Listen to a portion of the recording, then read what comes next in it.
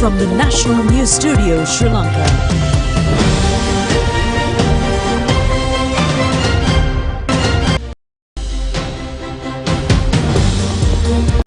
Hello there, good evening and a warm welcome to the National News broadcast. Bringing you your top stories for tonight, I am Lakshita Idrisi. A very good evening indeed. I'm Sharifa Tahir. Let's take a look at the headlines.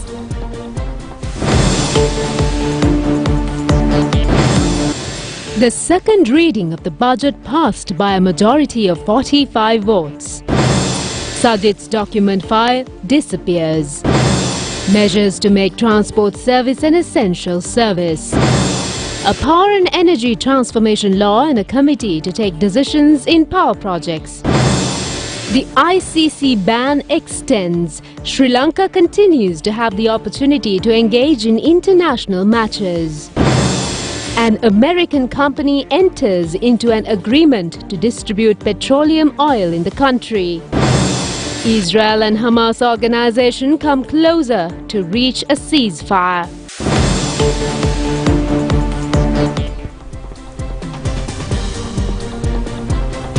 On to those and other stories in detail. We start off with the top story for tonight. The second reading of the appropriation bill for the year 2024 was passed in the Parliament today by a majority of 45 votes. The second reading vote was held at around 6 p.m.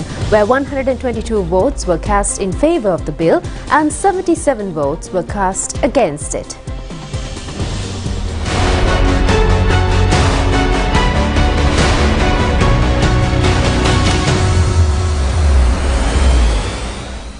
Honorable Ranil Wickremesinghe, the President, in his capacity as the Minister of Finance, presented the second reading of the appropriation bill for the year 2024 to Parliament on the 13th of November.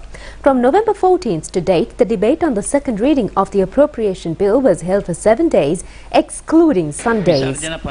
Accordingly, the committee stage debate will be held for 19 days from tomorrow to December 13th, excluding Sundays. Accordingly, the vote on the third reading of the budget for the financial year 2024 is scheduled to be held on Wednesday, December 13th at 6 p.m.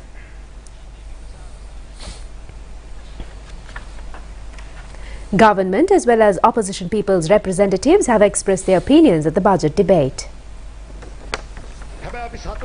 Parliamentarian Kabir Hashim said that they are happy to find the judiciary having the courage to grant a verdict against those who destroy the economy.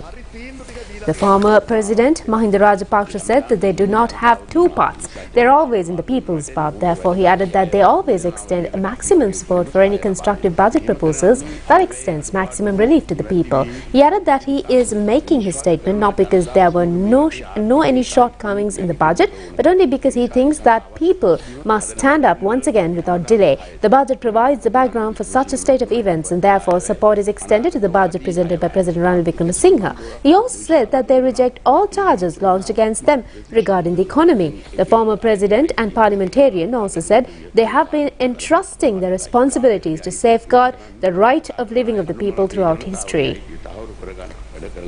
Parliamentarian Rajitha Senaratne said that the President has used the term social trade economy. He added that it is what is prevailing in China today. The parliamentarian also said that they must carry forward this model of economy. State Minister Shayan Semasinga said that Sri Lanka has already achieved the necessary economic stability for an economic growth. He also said that it must be clearly stated that the country should not revert to its previous shortcomings in the process of reaching an economic growth exceeding 1.8%. Minister Ali Sabri said that when listening to the speeches of others, it gives an impression that they have not done any wrong and that only the present rulers have made mistakes. The minister added that, however, by looking back at the past 75 years, it appears that all the parties that governed the country should take the blame. Popular decisions would be unable to resolve the problems. He has identified the current budget as an extremely practical one, and it has laid foundation for a new economic path. The situation that prevailed today should be compared with the situation 18 months ago. Some countries have taken 10 to 15 years to come out of the crisis, but Sri Lanka's recovery process is relatively short. Parliamentarian Harsha De Silva said that the budget deficit should not exceed 5%. The bankruptcy is the result of the lack of law. He added that we must take a lesson from our bankruptcy.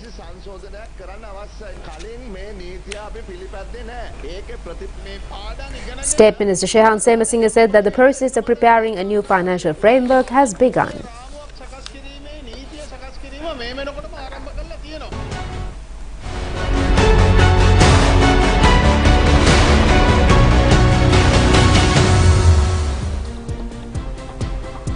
In other stories, government parliamentarians have launched strong objections to opposition leader Sajith Premadasa when he was directing a question under Standing Order 27-2 in Parliament today. Accordingly, the Speaker has decided to suspend the Parliament session for a brief period. Opposition leader Sajith Premadasa mentioned that former President Gotabaya Rajapaksa, former Prime Minister Mahinda Rajapaksa, former Finance Minister Basil Rajapaksa, former Central Bank Governors Ajit Niwad Cabral and Professor W.T. Lakshman, former Finance Secretary S.R. Artigala, former Presidential Secretary P.B. Jayasundara and the Central Bank's Monetary Board members continue to enjoy their privileges despite the Supreme Court's November 14th judgment having held them accountable for the economic crisis. These individuals have no respect for the Supreme Court's judgment, Premadasa said, adding that all Sri Lankan citizens continue to pay for the incorrect decisions made by them. The opposition leader emphasized that the government cannot be lenient towards these individuals as the entire country is on alert as to what action would be taken against them. Opposition leader Sajith Premadasa questioned why the Attorney General has not been instructed to file a case against these individuals under the Offences Against the Public Property Act. He has also inquired whether measures would be taken to recover the country's lost income from the accused former state officials and the timeline for recovery. He also asked that if no action is taken, what would be the reason for it? The opposition leader's questions led to several ruling party MPs storming towards him and disrupting his speech, after which the Speaker announced the temporary adjournment of Parliament.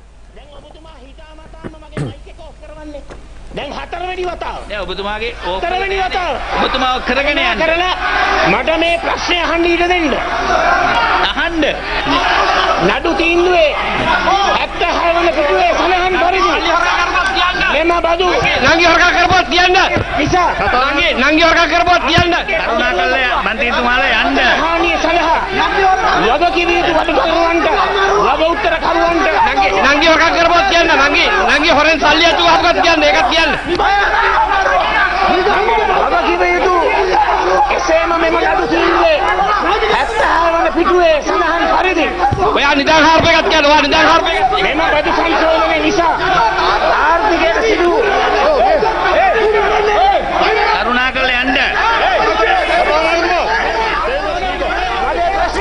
Speaker Mahinda Abeyewardene urged opposition parliamentarian Nalin Bandara to stop videoing the incident.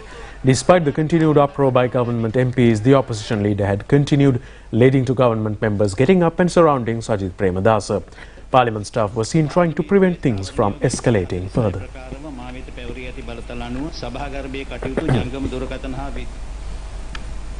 Minister Dr. Bandula Gunawardena says that failure to take appropriate action at the appropriate time has resulted in the country becoming bankrupt.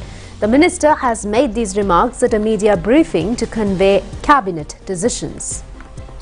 Minister Dr. Bandula Gunawardena said that facts have been presented adequately to the judiciary and the government's financial strategy in taking economy-related decisions. He added that in some issues, the president was not connected by any means. However, his signatures were present.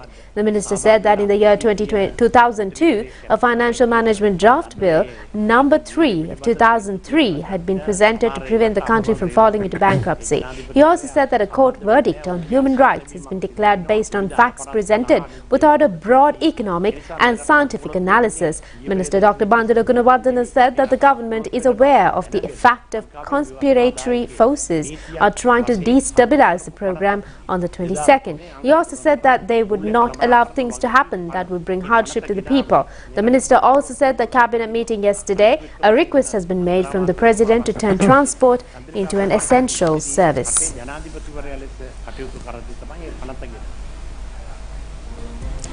In a landmark address at the Sri Lanka Green Hydrogen Symposium 2023, President Ranil Wickremesinghe outlined a comprehensive vision for Sri Lanka's role in addressing climate change, emphasizing sustainability practices and embracing cutting-edge green energy technologies.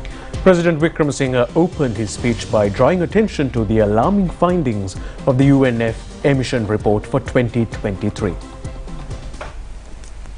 Expressing concern over the potential 3 degrees Celsius global temperature increase by the end of the century, he underscored the need for immediate global action, lamenting the unfulfilled emission reduction promises of developed nations. President Ranil Wickremesinghe reaffirmed Sri Lanka's unwavering commitment to green energy and called upon experts to advise the government on the path forward.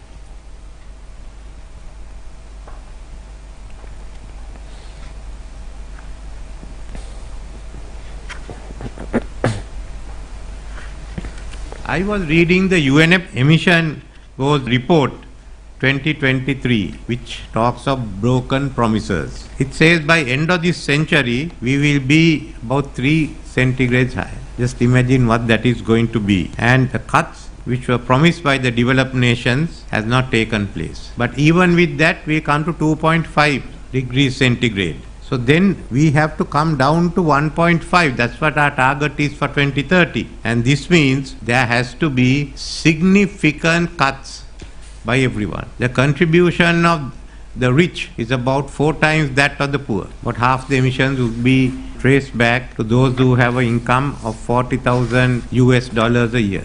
Others are behind us. So that's how bad the situation is. What will Sri Lanka do in this? Firstly, we will go to COP28 to insist on 1.5 degrees centigrade. That has to be hit, and we will work with everyone who's supporting it. That's Sri Lanka's position. There won't be a change in that. Secondly, Sri Lanka must also prove that we are also willing to make a contribution. Actually, our levels of pollution are very small, but that doesn't mean that we should not make a contribution. Bigger the contribution, the better. So that's what I am looking at. And the role of the energy. According to the UN Secretary General, there has to be a tripling of the renewable energy capacity by 2030. That's where we are. What is the share that we can take out of it? Firstly, looking at it broadly as the international objective, the one of reaching 1.5 degrees centigrade target. The other is how do we benefit from it. Both those are interesting. So we have at the moment the potential of becoming an energy exporter, and that's what we have to think of. How are we going to maintain this goal? How are we going to achieve this goal? It also means energy independence for Sri Lanka.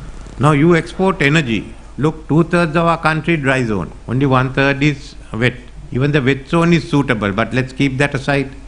From the whole dry zone, why don't we become an exporter of energy? Solar and wind, both are there. So long ago, 2000 years ago, when we were dry zone, we exploited it for irrigation and became exporter of grain. Now we can become an exporter of energy. Let's go for it. That is my idea. Sri Lanka needs a new economy, and this has to be one of it. Green energy, solar power, wind power. We are just scratching the surface. I think the World Bank draft gave us about 50 gigawatts. Even 50 gigawatts is big looking at the requirements of many other countries. You have the surplus to export. Let's build on it. That is my view, and that's what I'm going at. Sector. At a time when leaders around the world will soon gather at COP28 in Dubai to tackle the shared threat of climate change, this symposium on green hydrogen and renewable energy highlights how partnership and initiative can bring transformative change. And now it has the potential to do so in a way that is both sustainable and economically profitable. The world is already experiencing adverse impacts on vulnerable people, infrastructure, and nature from increasingly frequent and extreme weather events, from climate change like wildfires, droughts, and flooding. Here in Sri Lanka, we have experienced unprecedented flooding across many districts in recent weeks, bringing distress to communities. To limit warming to the 1.5 degrees Celsius and mitigate against those growing threats, the next decade will be vital. This is why we're calling it the decisive decade. It will require ambitious action from global leaders, governments, and businesses to reduce greenhouse gas emissions, to adapt to climate impact, and find innovative solutions to our energy needs. And that's why we're all here today. That's why so many parts of the United States government, including USAID, the Department of Commerce, Department of Interior, Department of State, we have all come together to support this conference and your efforts. Perspective. As you all know, India and Sri Lanka are old civilizations. But today, as I stand here, we also share a contemporary vision for a shared future of prosperity, of progress and peace, where the people of the two countries march hand in hand together to develop, to use and to achieve their full potential. In July this year, when the Honorable President of Sri Lanka visited India, Prime Minister Modi and President Vikram Singhe released a vision for promoting connectivity for prosperity.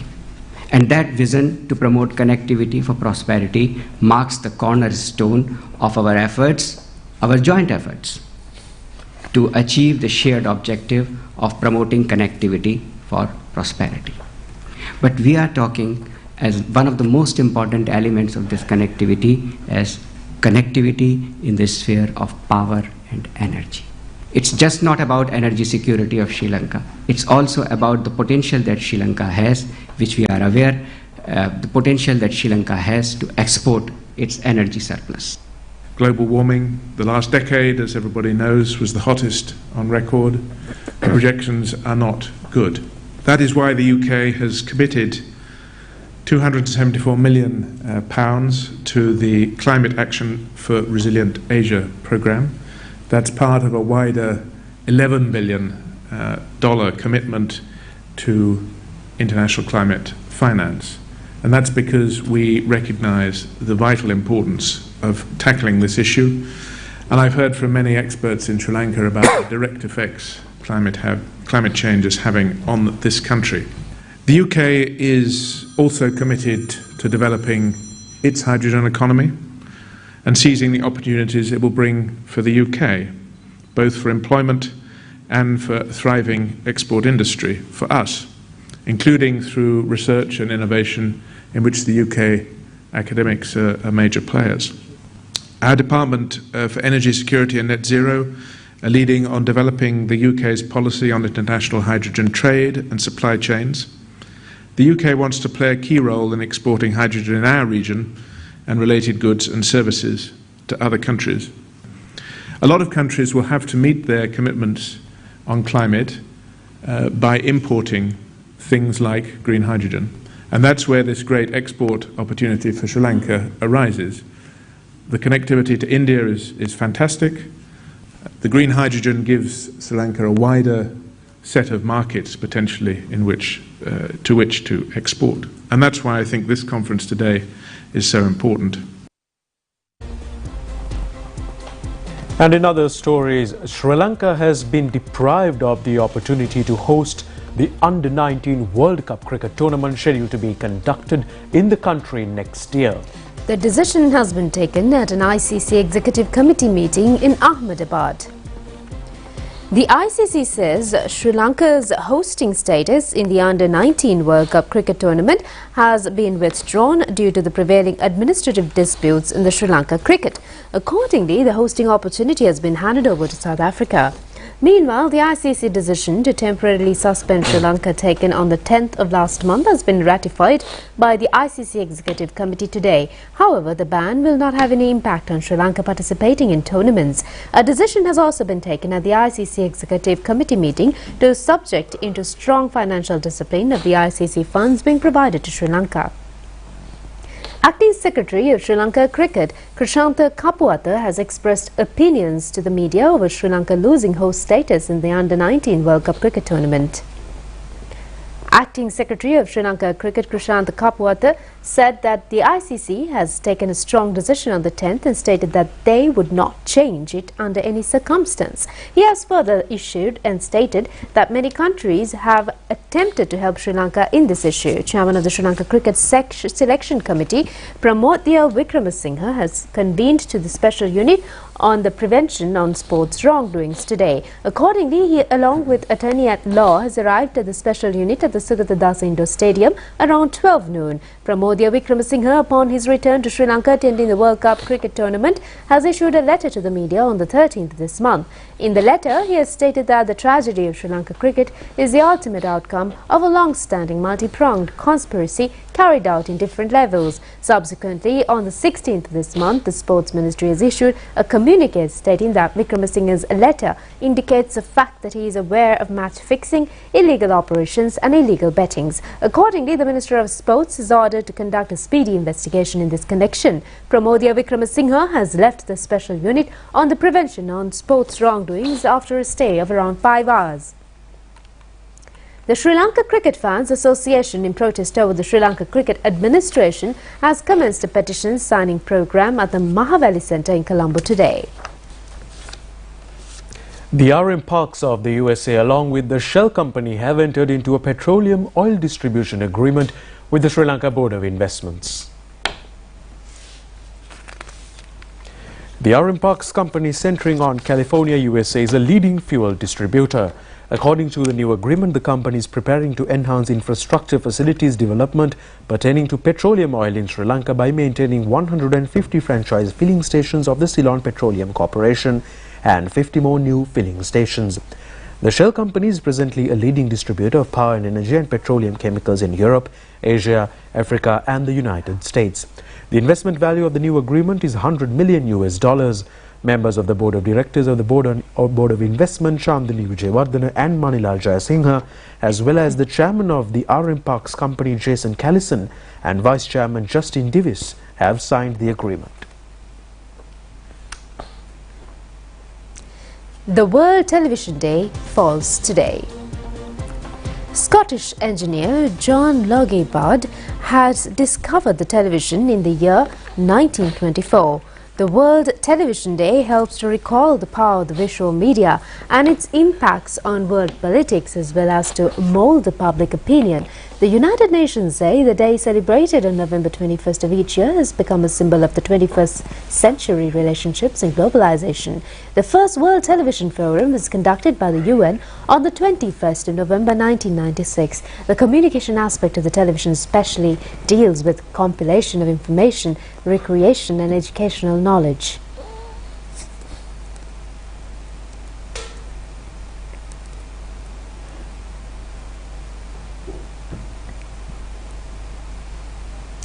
In parallel to the World Television Day, Sri Lanka has launched its first industrial television named Industry TV channel today.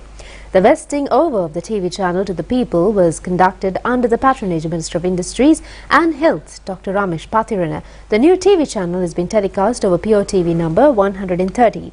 It comes under the purview of the Ministry of Industries and Ceylon Industrial Development Board.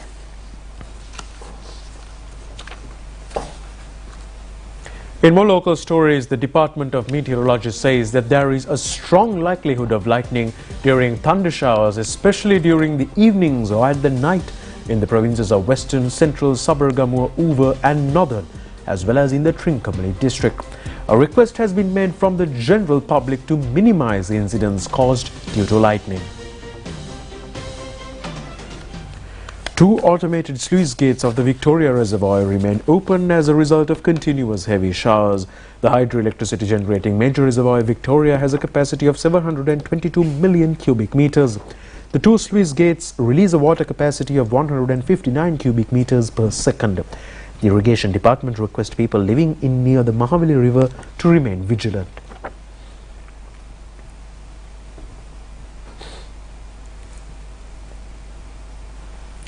Eight sluice gates of the Dadruoya Reservoir have also been opened, releasing a water capacity of 22,700 cubic feet in a second. Further release of water would create flooding in several roads, including the Anuradhapura-Padeniya Main Road. The Kurunegala District Disaster Management Unit informs the general public staying in the lower areas of the Dadruoya Valley to be careful of rising water levels. Rajangan Reservoir has also opened 8 sluice gates, leaving 7,200 cubic feet of water per second to the Kalaoya. 2 sluice gates remain open in the Angama Reservoir in Anuradhapura. Heavy rains lashing on Uva Paranagama caused overflowing of the Halloya. It has also paved the way for vehicle travel obstructions on the Uduhavara Koraka de Kumbura road.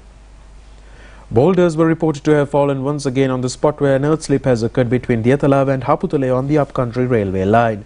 Officials of the Diatalava Central Security Headquarters have been engaged in an operation to remove the rocks and restore the track for train transport. Many areas in the northern province have been receiving heavy rains for several days. The Disaster Management Centre says overflowings have been reported in many areas, including Madhukanda, Irattaperikulam, Purvasakulam and Tandikulam in the Vavuniya district. 31 families in 2 houses in number 10 Glenore Estate in Haputale have been evacuated due to an earth slip incident.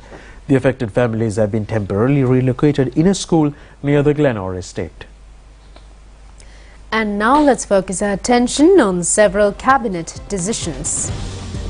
The Cabinet Ministers granted approval to introduce a new Electricity Act to cater to the contemporary socio-economic and administrative requirements when introducing institutional reformations for the electricity sector. Accordingly, clearance from the Attorney General has been received for the draft bill prepared by the legal draftsman.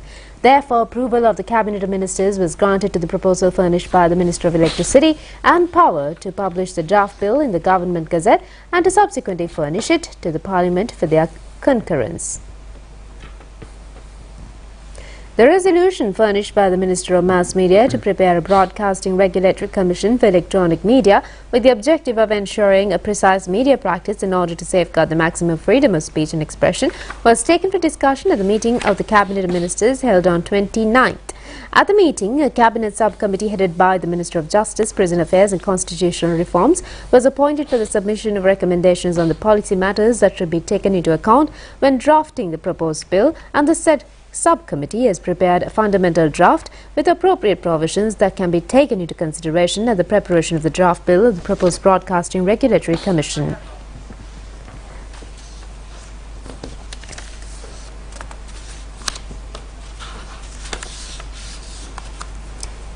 In the meantime, the new digital air travel controlling system of the Bandaranaike International Airport in Katunayake has become operative with effective from today. In the meantime, the Department of Census and Statistics points out that Sri Lanka's inflation has been slightly increased last month in comparison to the figure of September of this year. This was disclosed in the department communique relating to National Consumer Price Index and the monthly consumer inflation information.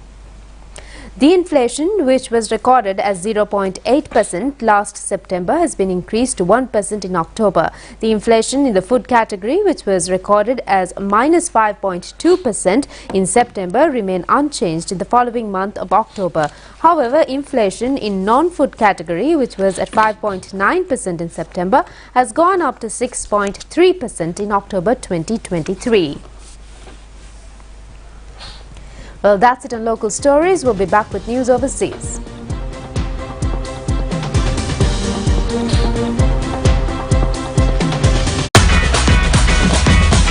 Prima Kottumi, Pantamai. நான் bank போயிட்டு வரேன். இப்ப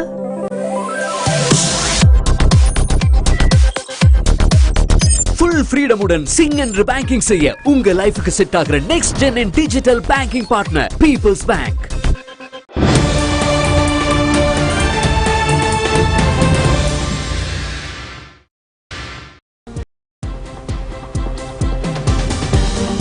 Welcome back as we take a look at news from overseas. Israeli Prime Minister Benjamin Netanyahu has said, "We are making progress on the release of hostages taken by Hamas on the 7th of October and taken to Gaza." The leader of Hamas, Ismail Haniyeh, said the group was close to reaching a truce agreement with Israel, raising hopes of a pause in hostilities that could see hostages freed. A Qatari mediator says talks are at the closest point to reaching a deal since the conflict began, and the US has spoken of temporary breaks in fighting to allow hostages safely out. Meanwhile, the International Committee of Red Cross, which helped facilitate previous hostage deals, has been meeting Hamas leaders, which has raised hopes further still. If a hostage deal is agreed, it could be approved by Israel within hours.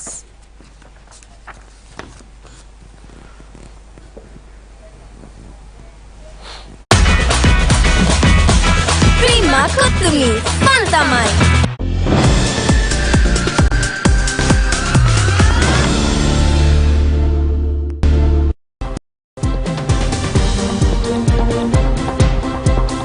A quick look at the sports news before we wind up for today. The International Cricket Council has announced the team of the tournament, a 12-member team which displayed skills at the World Cup one-day cricket tournament.